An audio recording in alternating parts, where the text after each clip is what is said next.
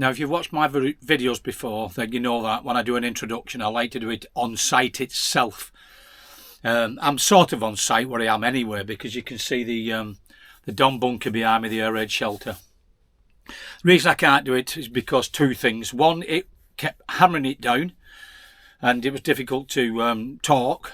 And secondly, the midges were just ferocious. I've got that much stuff on me. It still kept biting me. It was just, I was flapping them away, so it just looked silly. So anyway, I decide to do the intro inside the motorhome. Now we're at a place called Politz, or Politz, which is actually police in English. And it was one of 25 plants that actually made fuel out of coal. The system was called, or what they used was called hydrogenation. I'll explain what hydrogenation is later on. Right, before World War II, Germany was importing a lot of its oil, mainly from America, from Hungary, from Romania, and also from Russia. Now, these oil companies were called the Seven Sisters, 5 American companies and 2 European companies. So Germany was building up for war. Now, it knew that if they went to war, no doubt the companies like the Americans would actually stop oil production, or send the oil production to them, or oil products to them. And obviously they're going to invade Russia, and they knew that once they invaded Russia, then oil would stop flowing from them as well.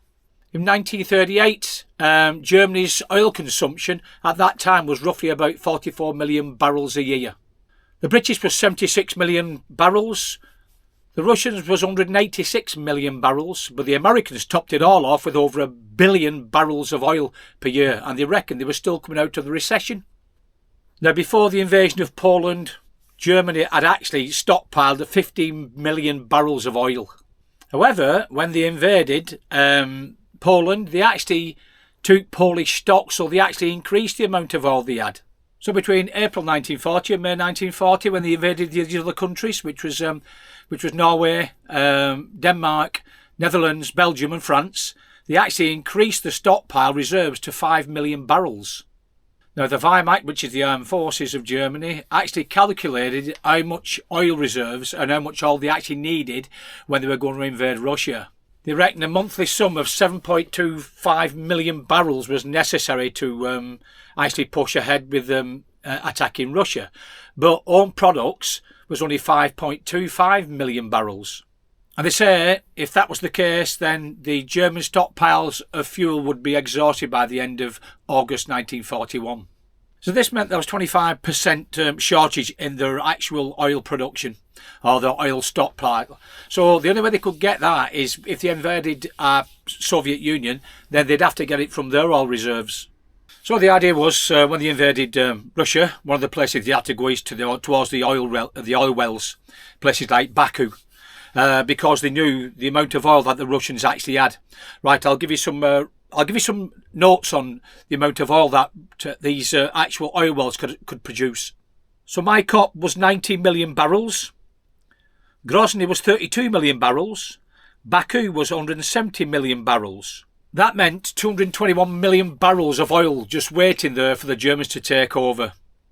Unfortunately, or fortunately for us, and fortunately for the Russians, that the Russians actually destroyed the oil wells and the Germans didn't have the right technology to get them going again. Now, as the Germans pushed on through Russia, they did catch other oil wells and they managed to extract something like 4.7 million barrels for their own reserves. Right, let's get on to where I am. A place called Politz. It's a synthetic oil factory making oil out of coal. Now, this produced something like 15% of the total amount of German oil that was necessary for the war effort. I think there was something like 25 plants in total that produced synthetic oil. The one thing that Germany has, and still has, is a lot of coal reserves. Now, I'll explain what coal they did use here. But in the 19th century, Germany was a major power in supplying coal to the rest of the world, I think, especially Europe anyway. Now, again in the 19th century, Germany's energy reserves, or energy that was produced here, was 90% of what Germany actually needed from its actual coal reserves. Now, one type of coal that Germany does has, it's called lignite coal. It's basically like a brown coal, they call it. It's very similar to peat, I think, and it's just below the surface. Now, this type of coal, it's easy to manufacture, it's easy to dig out the floor, out the ground, and then obviously they can use it on places like this. Now, what they do is when this type of coal's exposed, it dries fairly quickly. It's very soft anyway, and it's got a carbon content between 25 and 30%, which is not a lot, to be honest with you. But apparently, when it's dried as much as it can, it's exposed to the air, there's still about 30% of moisture. Now, it obviously needs to dry out somehow, and what they do in plants like this is they actually extract this type of coal and they grind it to virtually a powder. And then what they do then is they use a thing called the Bergius system to change this type of coal into synthetic oil. Now, construction on this plant we're going to look at soon started in 1937. The Germans knew what was going to happen, so they started the plans 2 years before they actually attacked Poland. Now, apparently it's really expensive to convert coal into fuel. It reckons it takes 6 tons of actual coal to make 1 ton of fuel. But if you think about it, first of all, Hitler knew that he needed this oil anyway. And as I said before, they've got loads and loads of coal. So, and especially plants like this, sometimes they had the lignite coal deposits were very, very close by. So transportation was quite easy. And you have to remember that places like this, besides using coal to change into fuel, needed coal as well to power the plants at the same time. So hydrogenation is a way of getting this coal powder, mixing it with other chemicals, including some crude oil, send it through a machine or a processing unit, so it's high pressure, high temperatures, and eventually it comes out something like oil. Now then they'll take it through another process and make it into finer products, like for instance maybe for well, they would definitely for tanks, they'd have changed into diesel, they'd have used it into petrol for vehicles, they'd have also used it for, they'd have even processed it into aviation fuel for their airplanes as well. Now they reckon plants like this produce 90% of the aviation fuel for the German war effort, and up to 50% of the petroleum that they needed. By early 1944, all these synthetic oil plants were producing 144,000 barrels a day, which equated to 70,000 tonnes of fuel a year. So this Bergius process was invented by a guy called Freidrich Bergius in 1913. By 1931, he was actually awarded the Nobel Prize for Chemistry because of his work on synthetic oil. So this process is called coal to X, where X can be all sorts of hydrocarbon products. But what they actually classed it as, or what it was called eventually, or was called initially, was coal to liquid petroleum. So this plant was actually owned by a number of companies. One was called the Rhenania-Ossag, and IG Farben, which you may or may not know, produced Cyclone B, which they used in gas chambers, and a German subsidiary of the American company Standard Oil. So as most companies in Nazi Germany, they used a lot of slave labour, over 30,000 in this plant here. They came from Sachsenhausen, Ravensbrück and Stutthof. At least 13,000 of these slave labourers died here through bad treatment, malnutrition, worked to death basically. Also, I think quite a few of them died with air raids from the Allies. There was at least 12 air raids on this place, and the last air raid had over 250 Allied bombers bombing this place. The reckon in total was 1,600 tonnes of bomb drop on this synthetic oil plant. Now you'll notice when we walk round there's not a lot left anyway, so all I can do is just look at what we can look at. Now at the end of the war, the Soviets overtook this place and have held it till 1989-92, something like that. They took all the equipment back to Germany, to the Soviet Union, to obviously have a look at and see if they can make it better for themselves. So that's the introduction. We're going to look through the plant now. We're going to look at whatever we can look at, and whatever I can find and whatever I can see and whatever I know about these actual buildings, then no doubt I'll tell you. If I don't, then we'll just look at the buildings and we can both hazard a guess what may or may not have happened. Now, if you do know anything and I've not said anything about it, then please drop me a line in the conversation section of this in the comments. I'd love to know, because it's difficult to try and find everything about places like this when the Soviets have took everything back and they won't give the secrets up anyway, or the Germans did the Scotch-South policy. So, you know, I only can find out what I can find out, either books, documentaries, or online. Right, let's go and have a look at what's left of Politz synthetic oil plant. Building belonging to this this complex. Now it says that's just a shelter, so maybe an air raid shelter, possibly. It's obviously locked up, but you can see it anywhere. You probably can't see that well, but it's the shape of a dome bunker. Dome bunkers tend to be train shelters more than anything else, or the K5 gun on the coast. So it was obviously sheltering something. Difficult to get round to this one, it's completely overgrown, but never mind, at least we've had a look at it.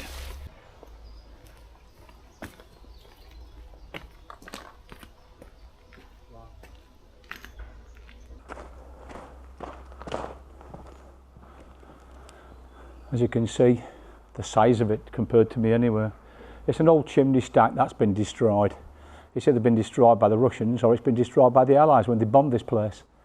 But at one point this would have taken all the fumes, the smoke and everything else that was associated with a factory of this type.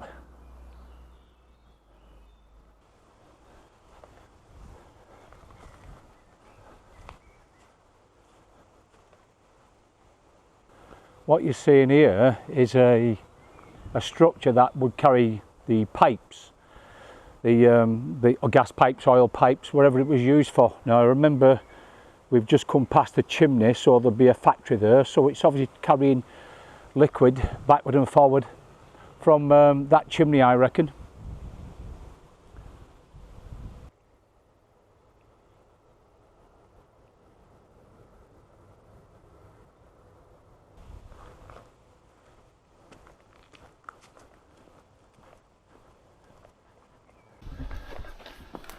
Very difficult to get to this place here. Apparently this was a compressor room.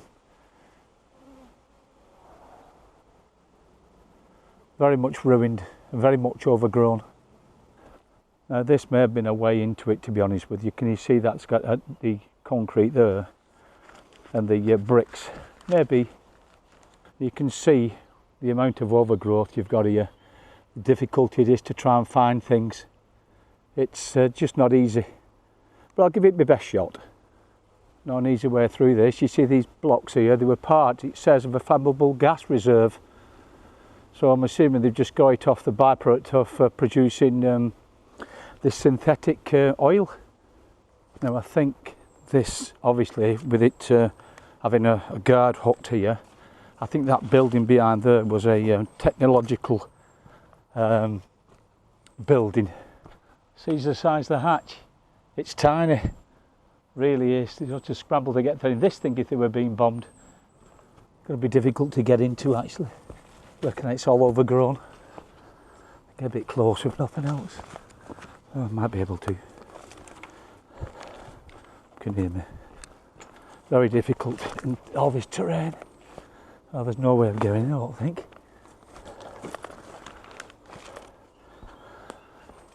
Anyway, this is the technological room.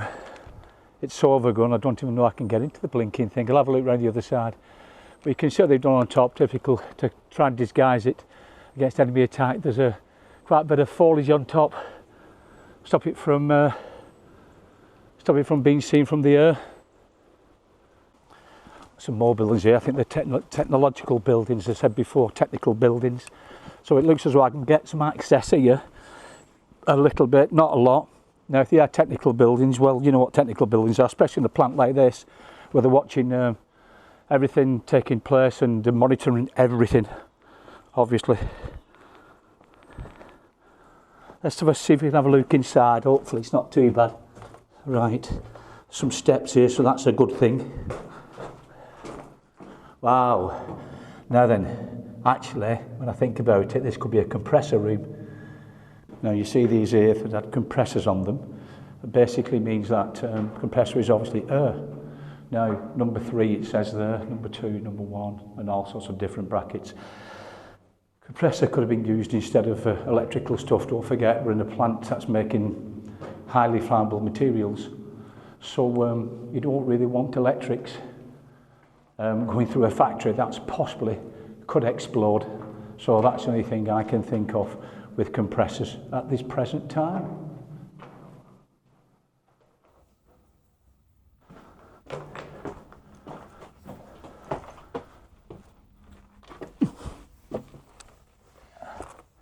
What I'm about to explore is one of the largest buildings of Hydrierwerke Pölitz. It's a power plant. It was marked Building 165. The dimensions of the object are estimated at 165 by 120 metres. It consists of 2 separate modules, approximately 25 by 30 metres in height, which housed boiling rooms and turbines. The third lowest module, approximately 20 metres high, was designated Building 166, was intended for the main switchboard and administration rooms. All that remains are a reinforced concrete skeleton. The power plant consisted of 2 chimneys, approximately 120 metres high. The southern chimney, which we looked at before, was destroyed during the Allied air raid of January 13th, 1945. The second chimney, the north one, which survived World War II, was blown up in the second half of the 1970s. The power plant's capacity is estimated at 80,000 kilowatts. However, this did not cover the plant's needs. By the time the second coal-fired power plant was built around 1942, located approximately 350 metres north of the old one, it supplied a further 20,000 kilowatts. The power plant building was connected to the coal mill by a conveyor belt suspended at a height of approximately 30 metres. It was used to transport hard coal for further processing. Wow, this is big. This is one of the power plants actually. Nothing much left of it really, completely destroyed. But you'll have a look in a minute where I can see. Gee, oh, somebody else is down there looking at it as well. Have they got any there? God knows. Wow, you can imagine the power it must have put out to produce this massive plant.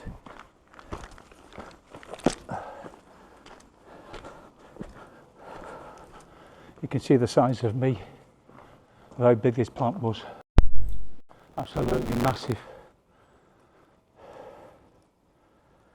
And there's a ground floor as well. There's actually a basement as well. But I'm not going down there. Wow.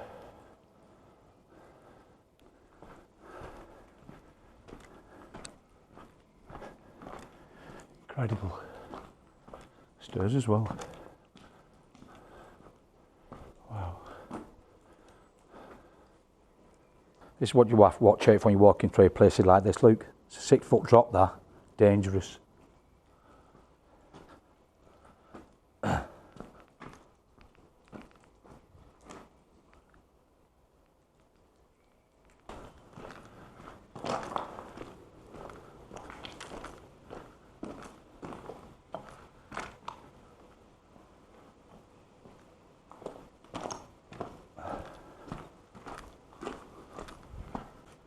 There's some stairs to the upper floor, but I think I'll not bother.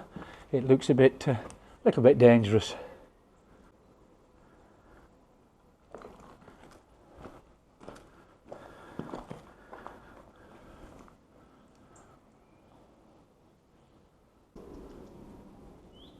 This is incredible. This is so big. So big yet in one way or another so dangerous. I remember some Polish lads saying I couldn't figure out why they let us walk around places like this. It's because they say you're an adult, you should know better. So it's down to me, which is a good thing in one way or another. it's up to me if I get injured. I don't want to get injured, obviously, but you just don't know, do you? You're risking life and limb sometimes with all this blown up stuff, but it's just fascinating, it really is. The size of this thing here, wow. This is a coal bunker. Well, I'm saying that, they put the coal, no doubt took it up top into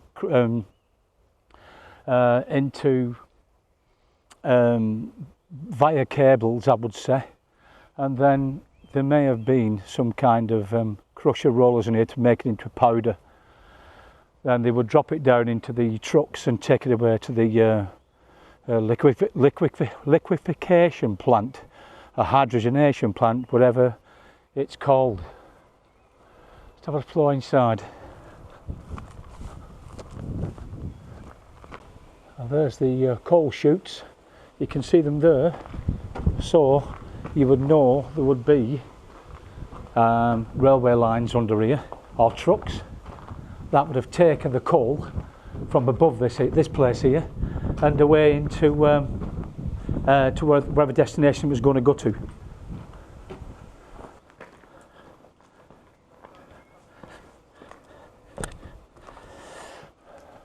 Hello.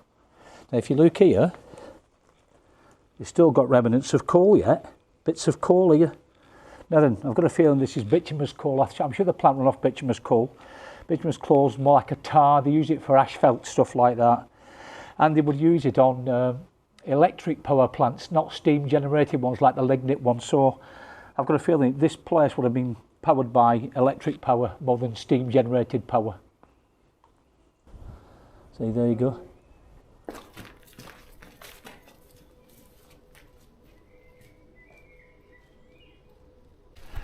I'm not sure what this is actually. It's near the coal house, coal bunker.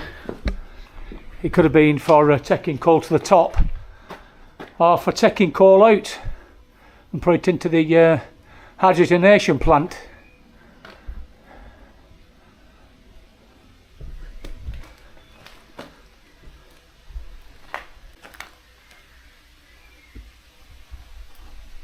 I've actually just been inside that building there.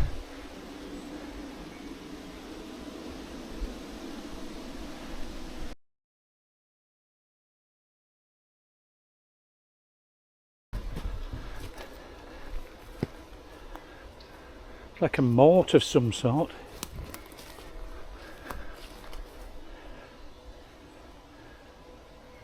Wow. It mentions something with technological channels, so doesn't know what that means, I'm not a clue. But you can see what it is anyway. Now these are watchtowers.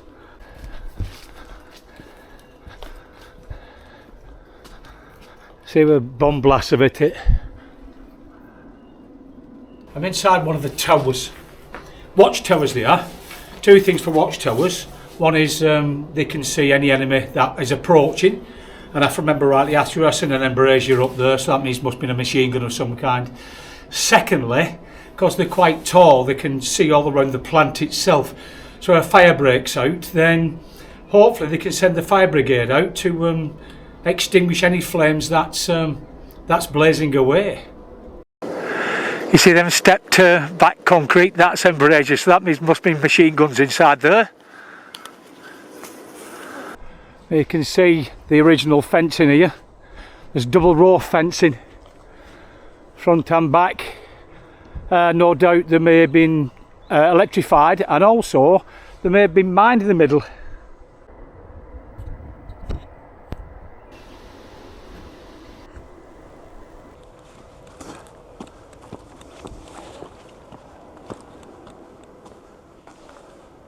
Well, believe it or not, this is a railway station. To your left, my right, would have been a railway line, and more than likely on the other side, but I've not looked at that yet. Right, let's have a quick wander around it.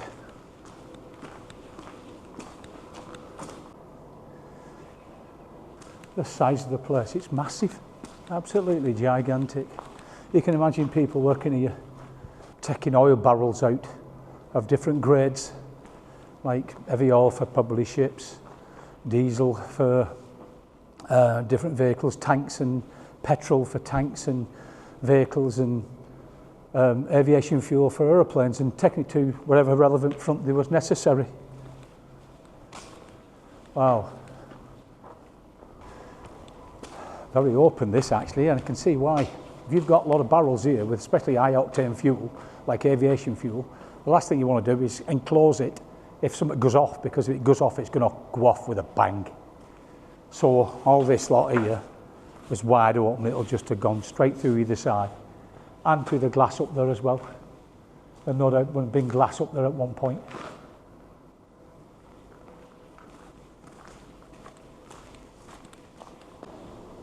There are definitely two railway lines. There's one here as well, or there used to be, I should say, the other side of the station. Difficult to appreciate the size of this thing because it's all overgrown. The only thing I can compare it with is a place called Stanlow Oil Refinery, Ellesmere Port, not far off where I live. And that is absolutely gigantic, that, and that's just an oil refinery. It doesn't make its own fuel or anything like that. It just refines it. But that, if you travel on the motorway, you could be driving for 5, 6, 7 miles and you still see it.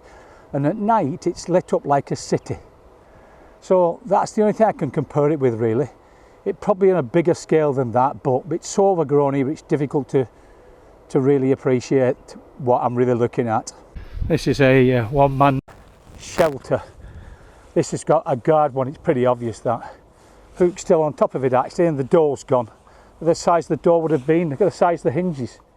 Now obviously it's only for observation more than anything else, and you could have jumped in there, locked yourself in, and hopefully survived an attack. Storage of some kind. I can't get that way anyway. Yeah, a little building there. It would have been, looking at it actually, it could have been a technical room. It could have been. I don't see anything on the map to say it's anything different. But you think about it, you think all about the technicians down here, down the side here, all monitoring everything that goes on in this synthetic oil plant, just to make sure everything goes right.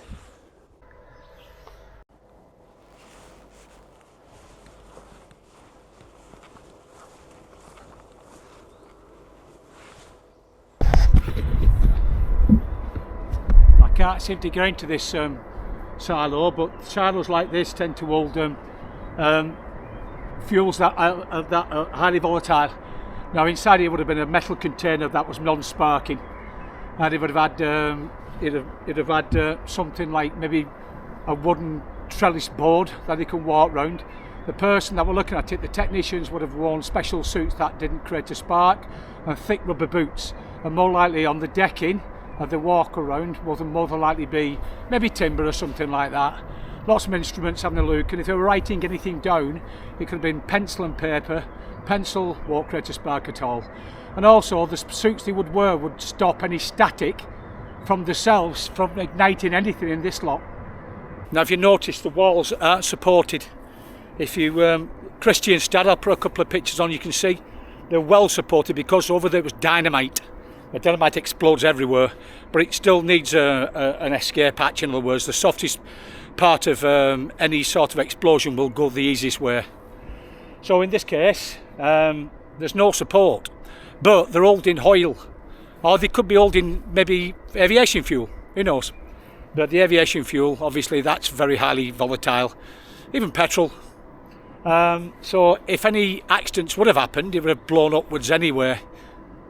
And I'm only guessing that because it's not an explosion as such as dynamite, then it may not have needed supports anywhere. This may be one of the bomb crates that was created when the Allies were bombing this place.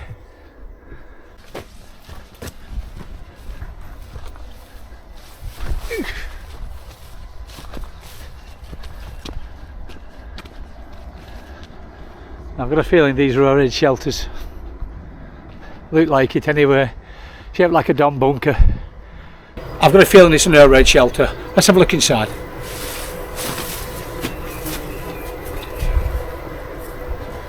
Now if you notice, there's two entrances there and there's some entrances down there, and they're at right angle to the actual main one. And the reason that is because if you have a bomb blast there or there, the idea is it's going to go straight through and not actually go into the actual shelter itself. Hence the reason why you've got like a T type of thing, or two right handles, two behind you, one behind me.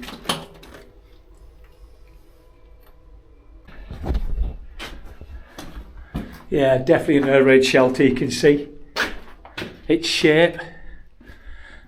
There's a word for this type of bunker, but I've forgotten what it is, but I'll put it at the bottom anyway.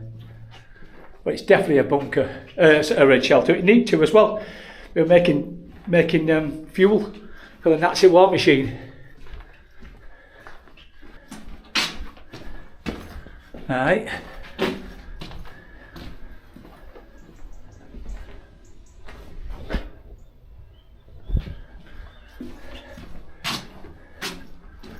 Same as down there. It's quite along this. It's got to be 100 metres. Now, if you look at the door, the size of the hinges on that door, they are quite big. So it's a substantial door, that. Now, it's got a ridge. You probably can't see from there. I'm not sure if you can. Both sides here. So that indicates to me that it's more likely going to be a gas door as well, just to keep any fumes that if the Allies dropped any poison gas or anything like that. To be honest, this looks like a railway siding. It's that long. It's about 200 metres long, that. Now there's nothing on top, so it's obviously an open railway siding. If that was the case, now then, would this have been bringing goods in or taking goods out? That is the question. A lot of this plant's missing. One of the reasons why is because the Russians took everything back to Russia to re-examine it to see what made it tick and no doubt make it better for themselves. But that's another power plant, I think. That could be where they were making the changing the coal to oil. See the brick facade on it. Now they've got a brick facade on. Maybe it was trying to disguise itself as something other than a synthetic oil plant. Otherwise, what's the point of putting that brick facade on? They might have tried to make it look like a village or a city or a town or something like that, so the Allies wouldn't bomb it. This is another abandoned area, completely locked in, of the Politz synthetic oil plant. You can see that was a railway siding and obviously railway sheds. And there's a tower over there. Now whether they're part of the actual German side of it or the Russians had changed it over, so it's basically were for them. Now then again, I don't see any railway lines though, so it could have just been a storeroom. This big area here is a storage area. Thanks for watching. Hopefully I'll catch you on another video. See you again.